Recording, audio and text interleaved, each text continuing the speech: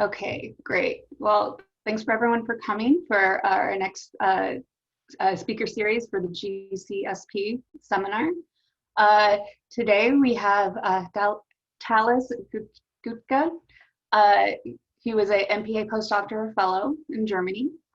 She did her PhD at University of Heidelberg, and she's an expert on studying galaxy formation using numerical simulations. And she's going to talk to us today about LYRA and about some really high resolution numerical simulations to study galaxy formation in a cosmological context.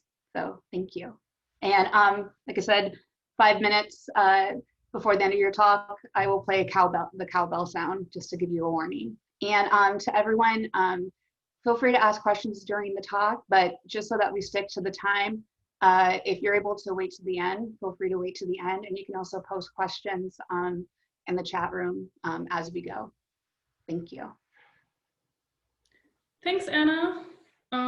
Yeah, hi.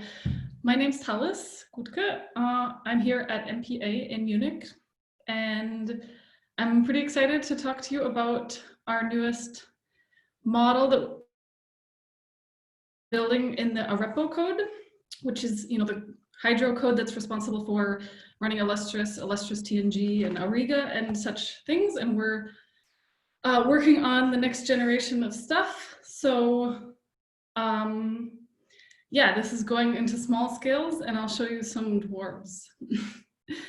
So yeah, mainly I've been working with Volker Springel, Torsten Naab, and the Virgo Consortium, which includes people from Durham and Leiden as well. So what is LYRA? LYRA is the synergy of interstellar medium physics and cosmological simulations.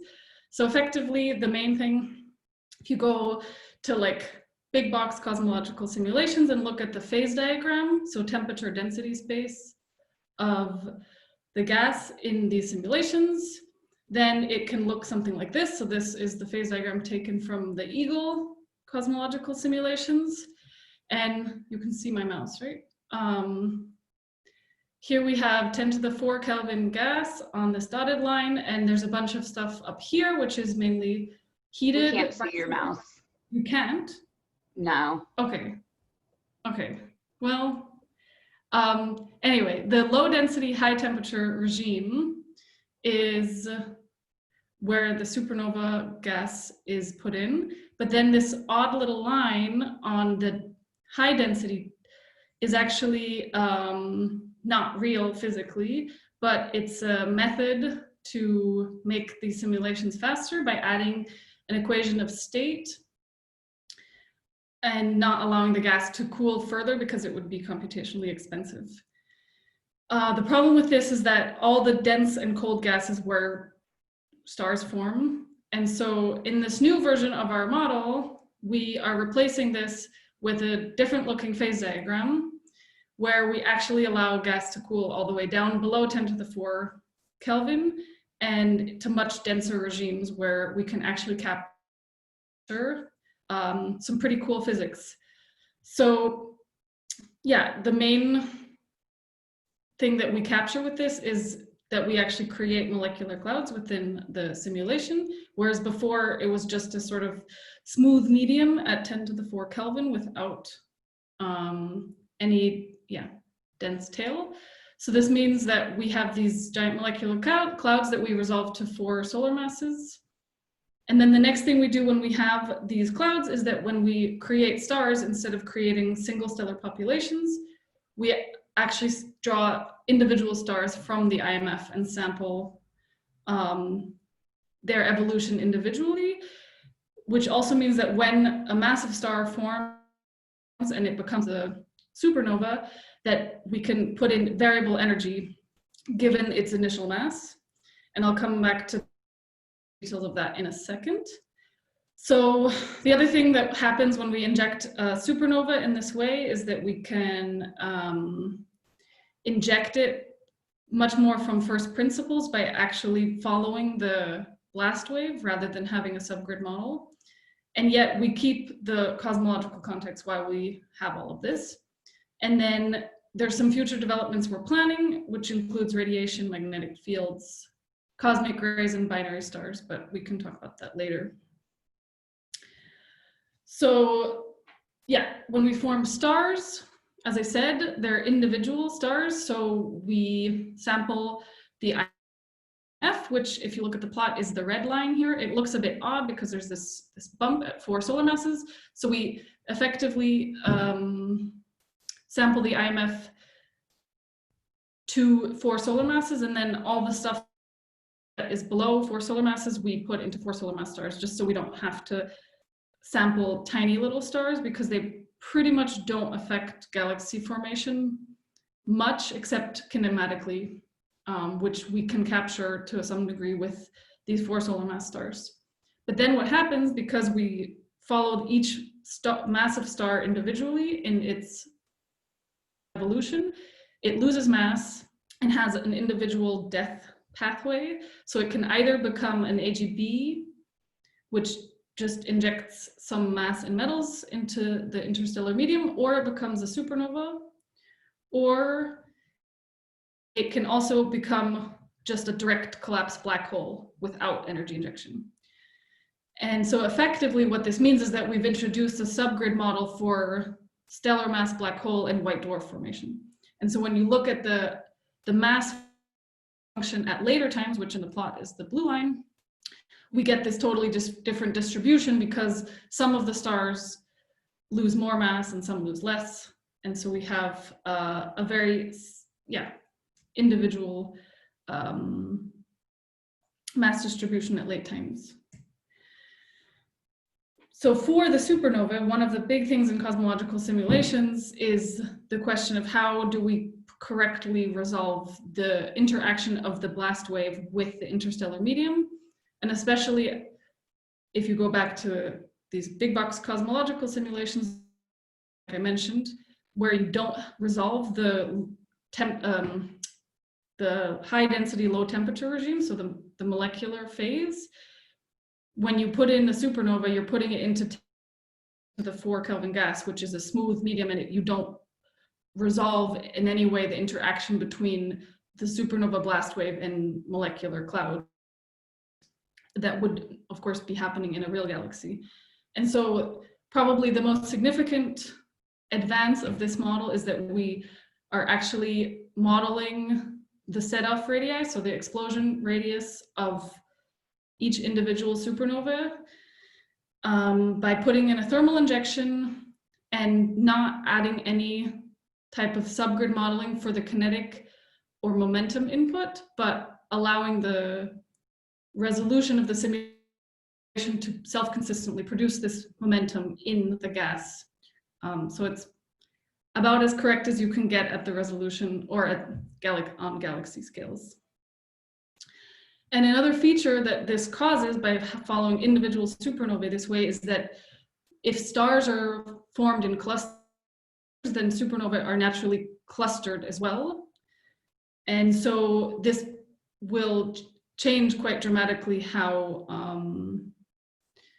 the supernovae interact with the gas, because actually the majority of supernova will end up being injected in gas that is pre-evacuated by previous supernova because they're in a cluster environment. And so they actually become much more efficient than if they were not clustered. So this image here is just to show that at the fiducial resolution that we run all the galaxies, I've also done individual test boxes with the supernova just to track how well we resolve each individual supernova. So you see here just the temperature and the density distribution of one of these individual boxes, where we're able to see, check that the momentum is being correctly resolved. So as I also mentioned, the supernovae have a variable energy. So given an individual stellar mass, the initial mass from the mass function, once we draw it, the mass function, or the initial mass of the star will determine the supernova energy. So here on the x-axis is the stellar mass of the individual star, and the y-axis at the top is the supernova energy, which is a a model from these stellar and supernova evolution models of Sukbold et al. And so it's, as you can see, their modeling shows that it's not at all just a fixed 10 to the 51 ergs that every supernova puts in, but there's actually quite a bit of variety in supernova energies. And this will also affect how each individual supernova interacts with the surrounding medium that it goes into. And then the initial mass of the star will also determine how much mass is returned to the interstellar medium on its death. So either if it's a supernova or a direct collapse black hole, there will be different amounts of mass that are returned based on the initial mass of the star. And then again, the fraction of metals that this mass return has is also determined by this. So yeah, what's interesting if you look at the top plot is that there's actually quite a few stars that inject high mass stars. So, 80 solar mass stars that inject no energy at all. So they're not supernovae, they're these direct collapse black holes. It's about 30% of the high mass stars that do this, and this will also affect the evolution when compared to previous models where every single massive star is just a 10 to the 51 erg supernova. So what does this look like in a cosmological context? So we ran our first test case, which is a ultra-dwarf galaxy. So the redshift 0 halo mass is 2 × 10⁹ solar masses. The stellar mass that's formed by redshift 0, but actually by redshift 4, because that's when it quenches, is 2 × 10⁶ solar masses. So effectively, this is a reionization relic there where, reionization peaks at redshift 6, but then some of the dense gas remains self-shielded until redshift 4, so there's still star formation until about redshift 4. As you can see in the left panel here, that's the star formation rate. So it has a very bursty star formation rate. It's a very small dwarf galaxy, so these star formation rates may seem pretty minute compared to, any more massive or Milky Way sized galaxies. So pretty much the highest star formation it ever reaches is a few times 10 to the -2 solar masses per year. So it's pretty small. But as you can see on the right, this is a projection of the stellar mass. It forms a central bulge and then has a self-consistent formation of star clusters. So as I was saying, the star formation is clustered into these little star clusters, and yeah, it looks really interesting. So just to give you kind of an idea of how violent the birth of this little dwarf is at high redshift, this is redshift 5, and you can see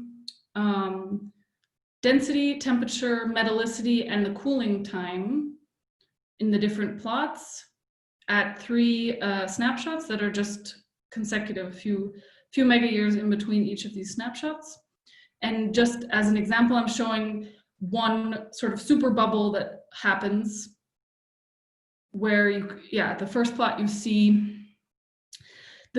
this shell starting to form, and then the next 2 plots down you see how this shell expands further and further. And if you look at the temperature, then you also see how the center is hot due to the supernova, and the edge of this super bubble is cold because that's where it's interacting with the interstellar medium in a very dynamic and violent way that wouldn't be able to be captured at all in any cosmological simulation before. And then also the metallicity. So green is low metallicity, pink is high metallicity. So the supernovas are injecting metals, and also then the cooling time increases in these perturbed environments. So it's pretty exciting because there's a lot going on in these simulations, especially at high redshift before they quench. Just to look also at some of the relations to show that our dwarf is doing really well with respect to observations. We see the stellar mass halo mass relation, where at this redshift, at this halo mass, the observations aren't very constraining at all, or I should say the abundance matching relations. So, but even within, at least within the loose constraints, we are well matched with them. On the right at the top, we see the Kennebec-Schmidt relation, where the blue dots are different snapshots from the no feedback run, and the red ones are the fiducial run. And so even though we're again at the sort of small end here, where the gas densities are lower than a lot of the observations, at least in the extrapolated relation, we're doing really well. And then the bottom left plot is the size of the galaxy, and the little black squares are the local group dwarfs. So we're just kind of in the regime of these in size, possibly a little bit low, but yeah, doing really well, I think. And then the last plot on the right is the mass metallicity relation for a few dwarf galaxies, again in the local group and in the Milky Way. And there we're also spot on, I'd say. And then just a quick look at the kinematics. So the top two are the peak rotation curve velocity and the velocity dispersion. And then the bottom plot is the ratio of the two. And again, compared to these observations, we're doing really well. So I was also looking, because as given that these dwarfs quench at really high redshift, there's not a lot to look at in terms of gas at low redshift.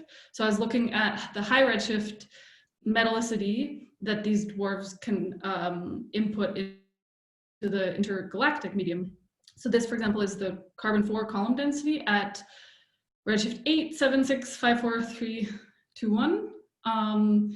And as you can see, pretty much it peaks, so the column density of carbon-4 peaks at redshift 4 and then decreases again, because that's when the star formation shuts down. And so then the metals that were produced are just dispersed and then are not visible anymore. But what's interesting is that if you look at the little plot on the left, this is for 3 different of our dwarves, some that have only run to redshift, high redshift, so redshift 4. But the covering fraction of visible carbon-4 at high redshift is actually much higher than expectations, or at least all the modeling that's done for intergalactic absorption line studies would not expect a tiny dwarf with a halo mass of 10 to the 9 to be providing carbon-4 emission in thousands of square kiloparsecs. So this is a really interesting avenue, but I'll need to do some more analysis on this with the coming dwarfs that we're simulating right now. And then just another quick look. So the top plot here is the outflows that are produced at a certain snapshot, with the small dotted line on the outside being the virial radius, the dashed line in the center, 10% of the virial radius. And so you can see that even these tiny little guys have enough star formation to produce outflows that reach the virial radius quite quickly, actually, from the initial burst. And then another interesting question that you can answer with dwarves is how the bursty star formation may or may not affect the central core, cusp or core of the dark matter. But in this particular case, we do not see a core at all. However, other models that have shown core creation in dwarves generally show it at a slightly higher mass. So we'll be excited to run a few more massive systems in the near future to see if we can see cores in those. And so I'm already pretty much done here.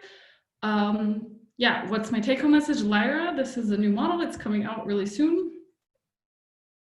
It'll be on archive. The methods paper will be on archive within the next few weeks. It produces molecular clouds. It populates the IMF. It resolves the supernova injection, and it creates ultra-faint dwarf galaxies that match the local group dwarf population, and will very soon include more galaxies in our sample.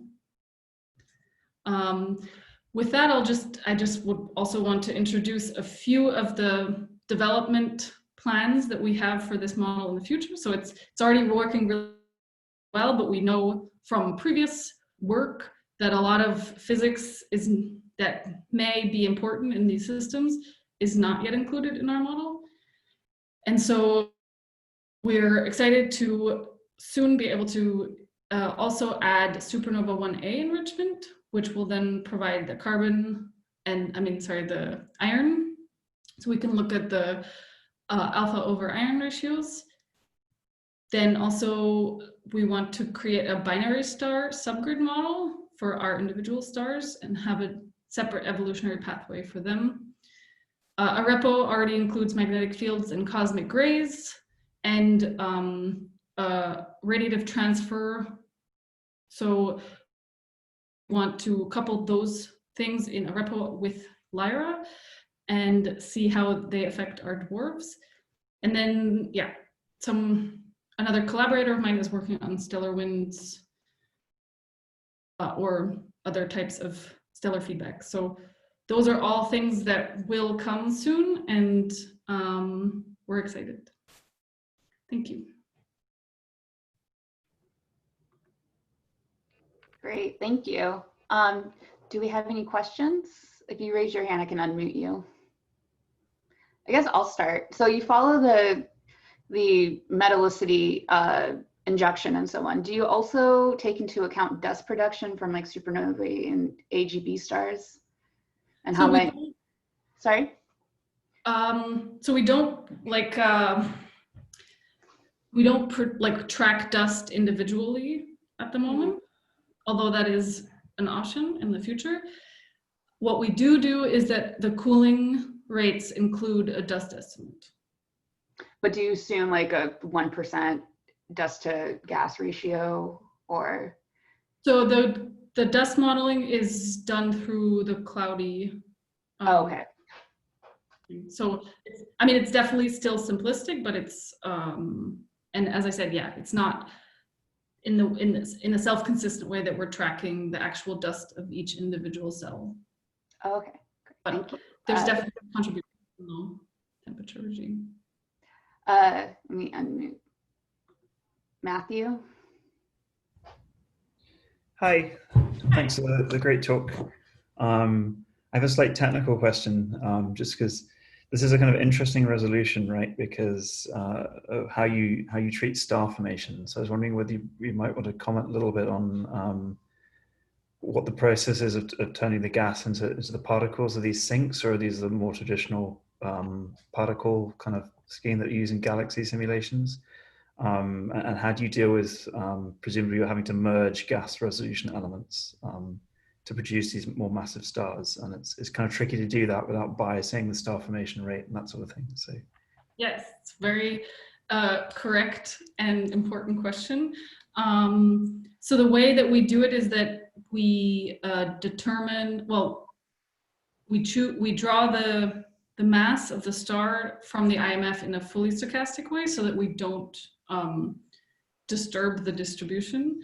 And then we define an accretion radius around the cell that wants to.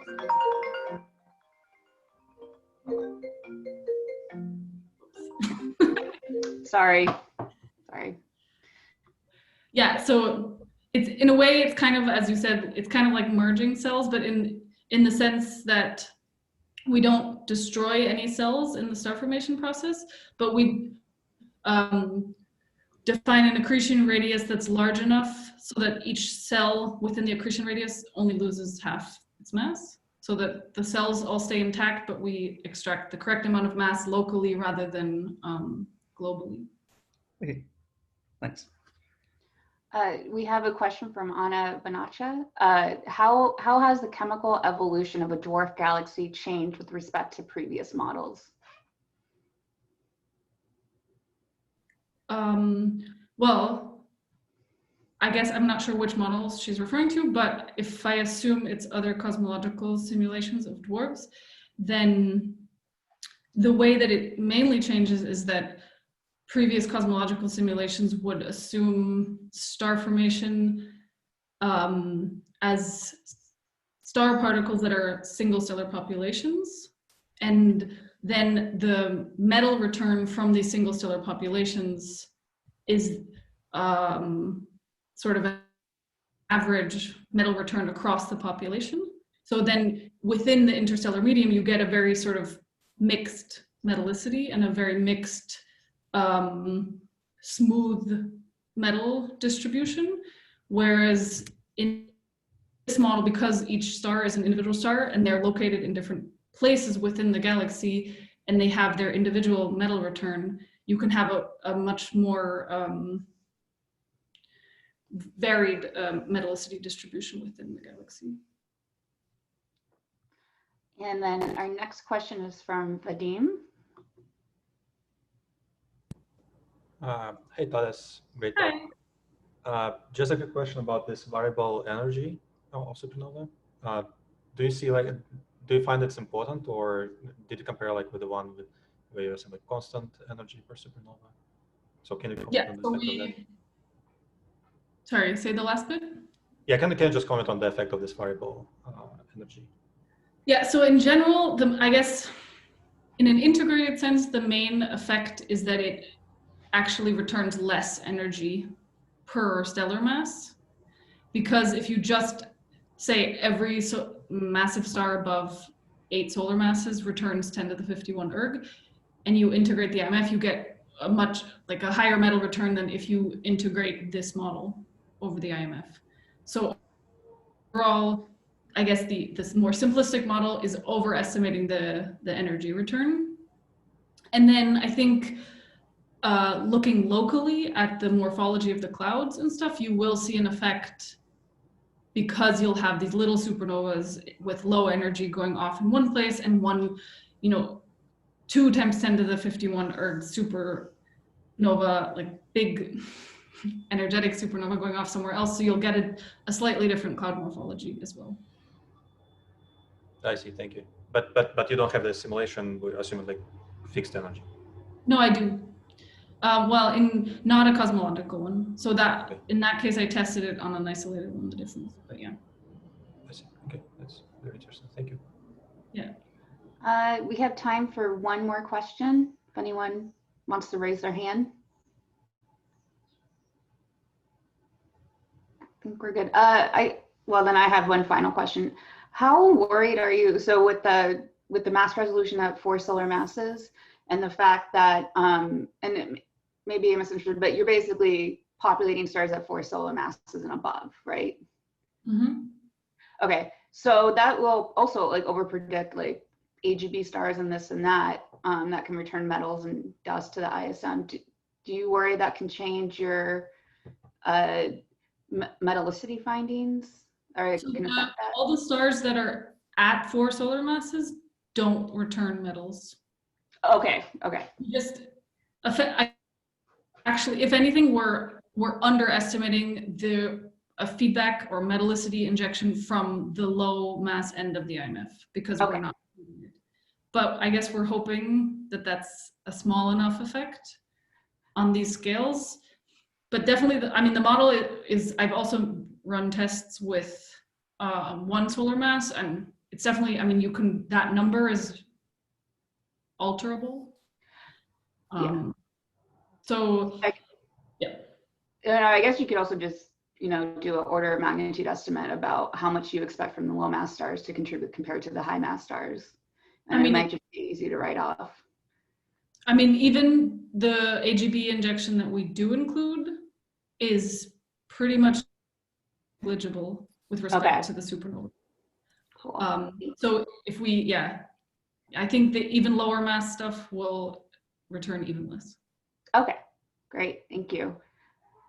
Okay, I will let Miriam Should I stop our next speaker. Yes, yeah. I think that's everyone. Let's thank Thales again. Thank you. Okay, so while Antonella sets up her screen share, I will go ahead and introduce our next speaker. So Antonella is a postdoc at the Fermi National Accelerator Laboratory, and she mostly works on DES, DESI, and gravitational wave follow-ups. Before joining Fermilab, she did her PhD at University College London with Ofer Lahav. And previously she was at La Sapienza in Rome. So Antonella now is the co-chair of the Time Domain Working Group in DESI, the co-chair of the Galaxy Evolution Quasars Working Group in DES, and she also leads the surveys team within the LYRA Multi-Messenger Multi-Band Astronomy Work Package. So without further ado, here, Antonella, feel free to take it away. Okay, thank you very much for the introduction and for this possibility of speaking at your seminar. So today I want to talk about gravitational wave cosmology with galaxy surveys, and mostly I'll be focusing on new results with the dark energy survey or DES, but I will also mention prospects with ongoing and upcoming galaxy surveys. So first, I will talk about gravitational wave standard Sirens. I will also give a very brief introduction on the dark energy survey. Then I will tell you how we can use gravitational waves to measure peculiar velocities. And at last, I will just briefly mention one interesting case for the origin of binaries and how this is connected to their host galaxies. A couple of acronyms that you'll see in my slides, in particular, BNS are binary neutron stars, BBH are binary black holes, and neutron star black holes are referred to as NSBH. And these are the type of compact object binaries that are currently being detected by LIGO and Virgo. So I will not go in detail on the experiments on LIGO and Virgo, but just so you know. So in terms of the dark energy survey, for those that are not familiar with it, so this was a 6-year surveys that covered about 5,000 square degrees in the southern hemisphere over this tank-shaped footprint that you see here. And we imaged about 300 million galaxies in GRSE and Y filters, so optical to near infrared. So this is the wide field program, but we also had some supernova fields which were imaged about every week or so, and this allowed us to discover thousands of new supernovas that are currently being used for cosmology. There was also a program that was for following up high energy neutrinos from IceCube, and also the gravitational wave follow-up of LIGO and Virgo events, which we're still actually doing, even if DES finished formally last year. We're still using the dark energy camera, which is the instrument that we use to carry out, and the instrument that was built to do the dark energy survey. So we're still using that to do gravitational wave follow-ups. And here you can see a nice image of the dark energy camera, which is currently mounted on the Blanco 4-meter telescope in Chile. So now let me tell you something about standard Sirens. So the way the standard Sirens works is pretty similar to the way we use standard candles. Just in this case, we can get an absolute measurement of the luminosity distance directly from the gravitational wave signal.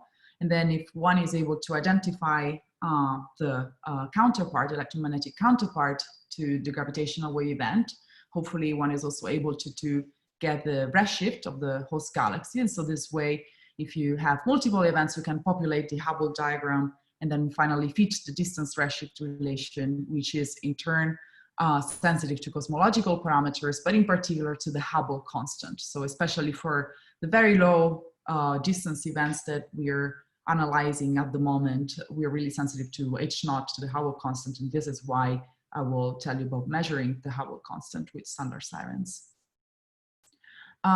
In this talk, I'll just talk about two main ways of doing gravitational wave standard Siren measurements, but just so you know, there are other methods that do not rely on the measurements of the host galaxies, but here I'll just talk about the methods that do need a measurement of the redshift of the host galaxy.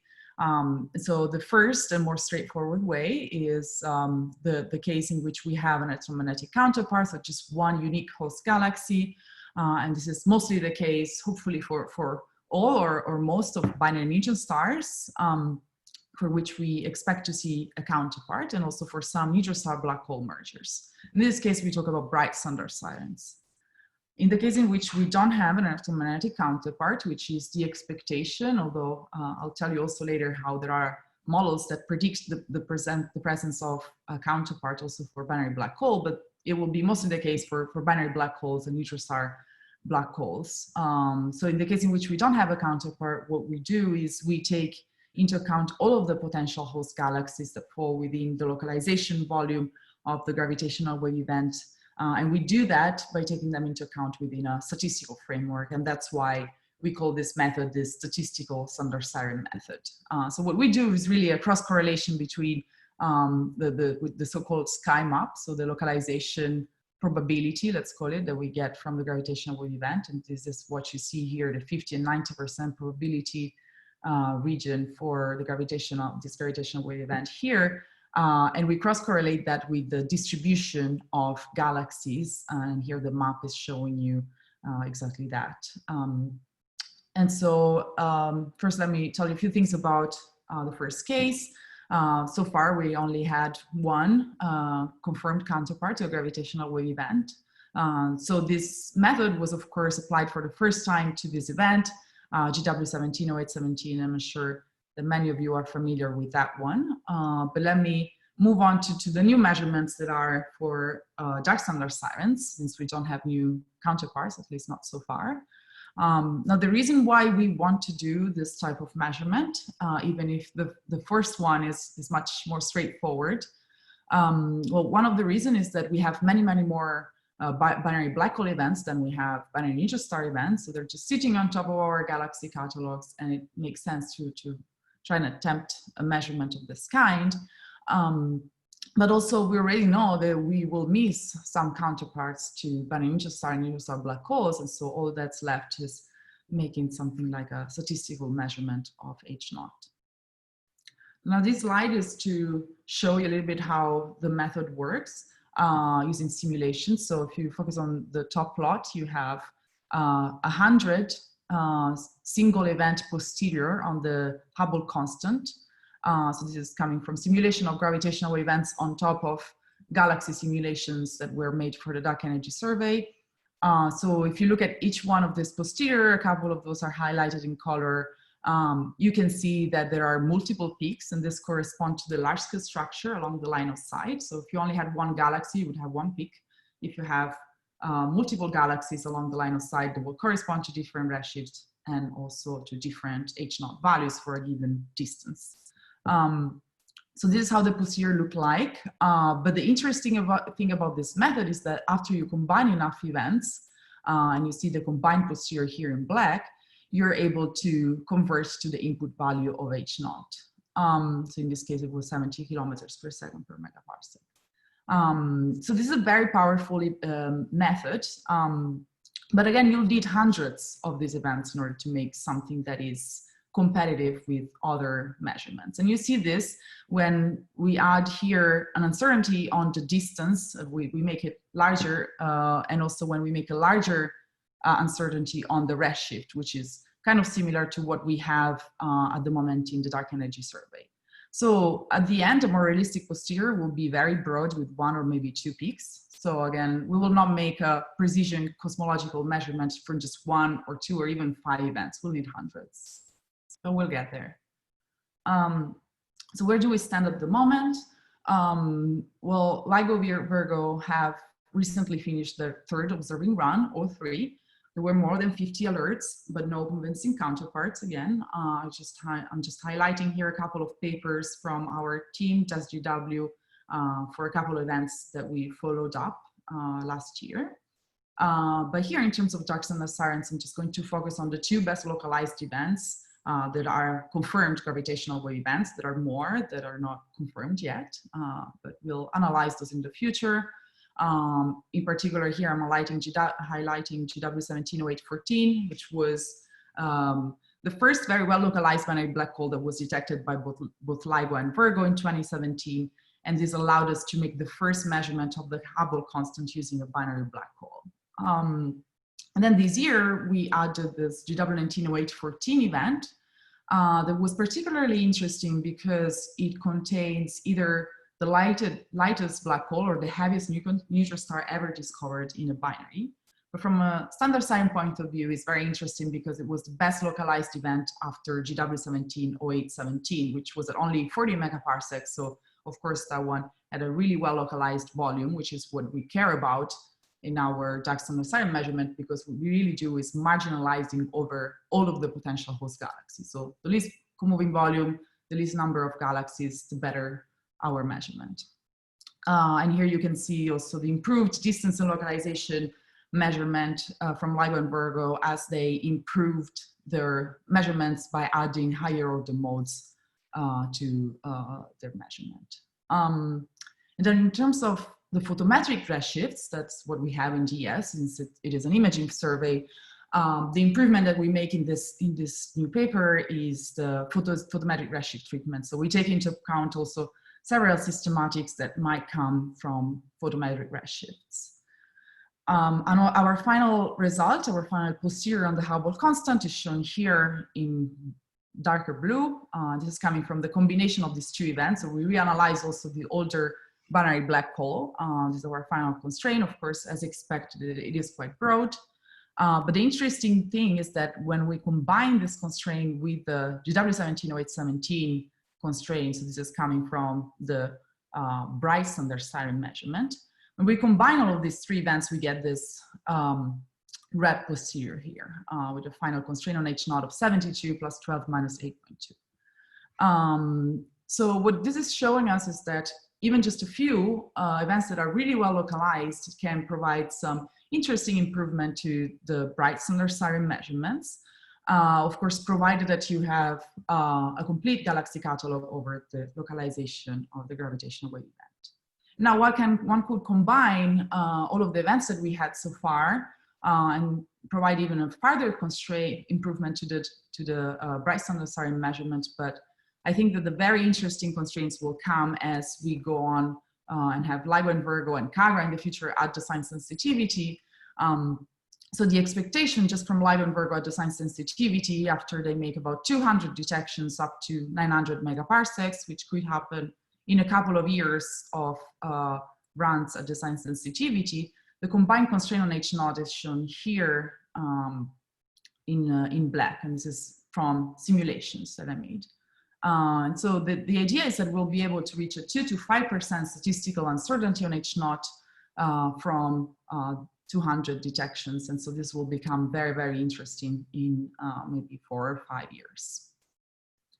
Now let me move on to peculiar velocities that can be measured with gravitational waves. Let me remind you that galaxies' peculiar velocities are the galaxy's motion on top of the cosmological expansion. So in the measurement that I just showed you, peculiar velocities can be considered as a systematic on top of the Hubble expansion, which is actually what we want to measure. And we have to subtract the peculiar velocities to infer the cosmological expansion.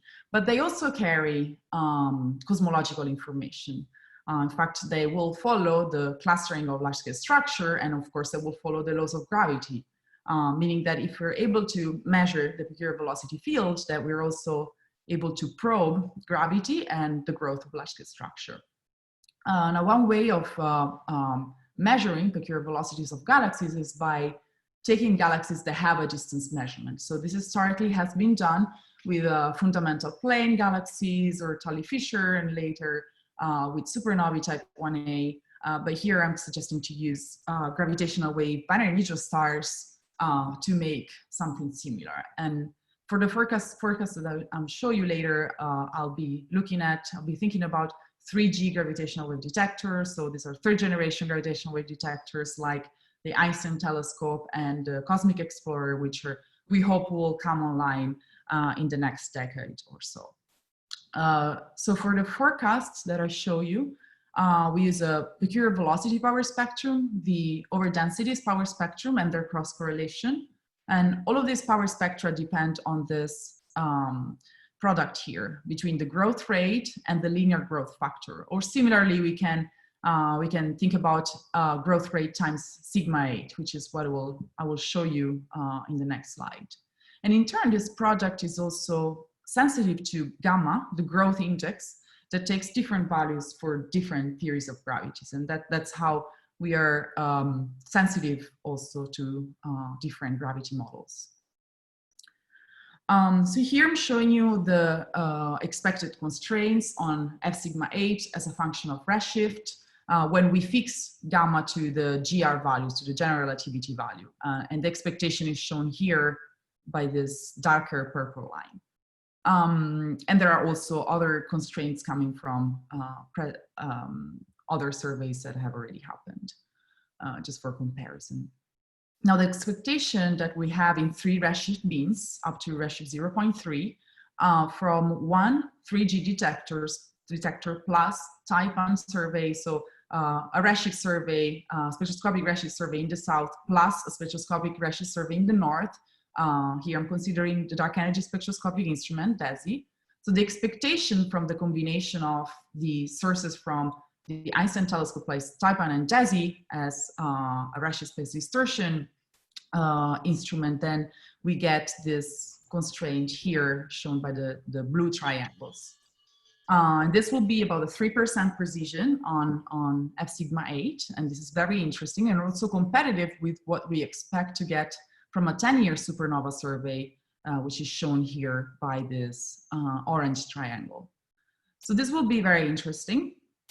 But what I want to highlight here is these different predictions for different values of gamma, provide different values of F sigma 8. And so you can see that if we're able to measure this well, F sigma 8 as a function of redshift, we can also discern between different values of gamma. So next, I'm going to show you our forecast for the constraints that we can reach on gamma. So here the color is showing you constraints on gamma, and the y-axis is showing you different values, different precisions on the distance that we get from the gravitational wave measurements. And on the x-axis, this is the number density of sources, in this case binary neutron stars, integrated over time. So here we're just considering the gravitational wave sources and their host galaxies. The region of the space of this plot where we really want to be is below the 0.04 line, which is where we'll be able to discern between different gravity models that I mentioned earlier, that you saw earlier in the plot, at the 3 sigma level. So the expectation for one Einstein telescope detector is just below this line. But if we have multiple detectors, like 2 Einstein telescope or similarly Cosmic Explorer, or even 3, we'll be living more in this region of the parameter space after 5 years of operations. So we might go down to 0.03 uncertainty on gamma. And if we wait longer, of course, the expectation is that we'll be able to get an even better constraint. Now, again, as I mentioned in the previous plot, one can combine this with the galaxy over density power spectrum that comes from redshift surveys. So the number densities of galaxies will be larger than what we just get if we just consider the binary neutron star host galaxies. And so in that case, we can reach an uncertainty of 0.02 to 0.03 on gamma. And that will be very interesting just after a 5-year gravitational wave experiment. Now, in the last slide, I want to mention one specific case that is interesting in terms of the origin of binaries that LIGO and Virgo are detecting and their connection to the host galaxies. So I'm glad that Thales earlier talked about ultra-faint galaxies, because this is very relevant for what I'm going to tell you. So there have been several theories for the formation, for the origin of this massive stellar black holes that LIGO and Virgo have been detected over the years since 2015, which were quite more massive than what we would expect from stellar evolution theories. So in our scenario here that we are proposing, we're saying that the massive stellar black holes that are being detected could be the central black holes of what we call ultra-dwarf galaxies. And in particular, this is relevant for GW190521, which was recently announced by LIGO and Virgo, which was a binary black hole merger in which the component masses were falling right in the mass gap, which is where we don't really expect the formation of black holes at least from stellar evolution theories. There have been several papers trying to explain the formation of this event, of the components at least, but our expectation here is what we are finding by saying, okay, if we know that there is a correlation between the mass of the central black hole here on the x-axis and the stellar mass of the host galaxy, and this is something that has been measured down to stellar mass of about 10 to the 8, and if we extrapolate that down to lower masses, these masses, galaxies at 10 to the 5, 10 to the 6 solar masses have been observed in the local universe, as we already saw in the previous talk. And it makes sense to think that they might also have central black holes. So here you're seeing the extrapolation of this relation down to lower masses and how we expect that the mass of the host galaxies to these black holes would fall between 10 to the 5.5 to 10 to the 6 solar masses. The question that we ask is whether there have been ever in the universe enough mergers between these low mass galaxies to explain the rate of mergers that could have been seen by the central black holes, what is being measured by LIGO and Virgo. So here is our expectation shown by the dashed line here. This is evolution of the rate of mergers of the low mass galaxies as a function of redshift. And this is the red lines are the measured rates from LIGO and Virgo. And so you can see that we can actually match this type of, this number of rates if we go out to redshift 1 or so. And so this implies for, at least for GW 190521, which was a redshift 0.8, the time delay of about 4 to 5 giga-years. And we show that the dynamical friction could actually explain this time scale of a few giga-years and also bring the black holes close to the center of the remnant galaxies that was coming from the merger of these two low mass dwarf galaxies.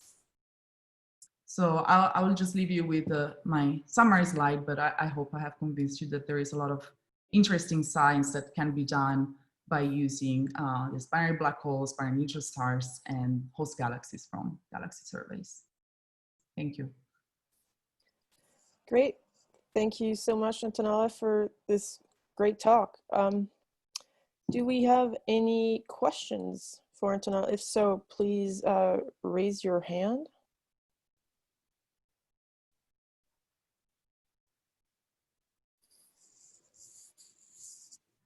We have one from Matthew.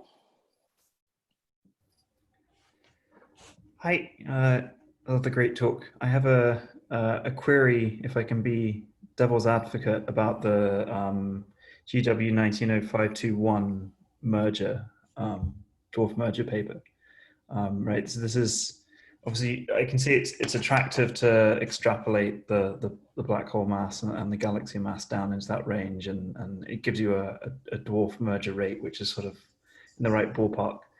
But given this is extrapolated now down to quite low masses, maybe you could comment on what mechanism that would give you these black holes in those dwarfs. Why would that be unique to dwarfs, and why couldn't that production mechanism just exist in a larger galaxy?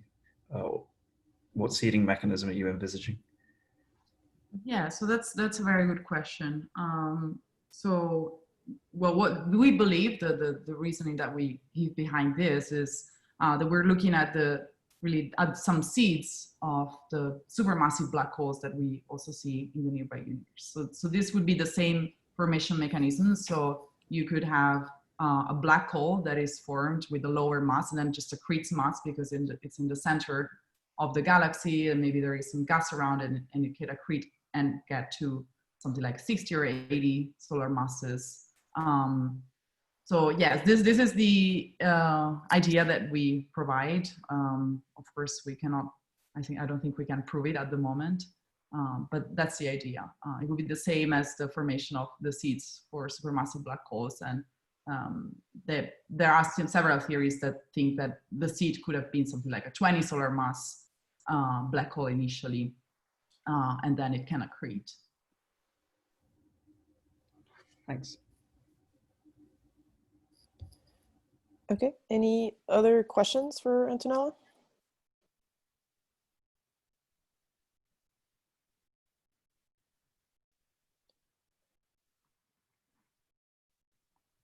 All right. All right, well, if that is all, I suppose we can call it a day. Thank you once again, Antonella and Thales, for excellent talks. And the recording will be available online. I'll send you the link. And to the rest of the CFA folks, see you next week. Thank you. Bye. Bye.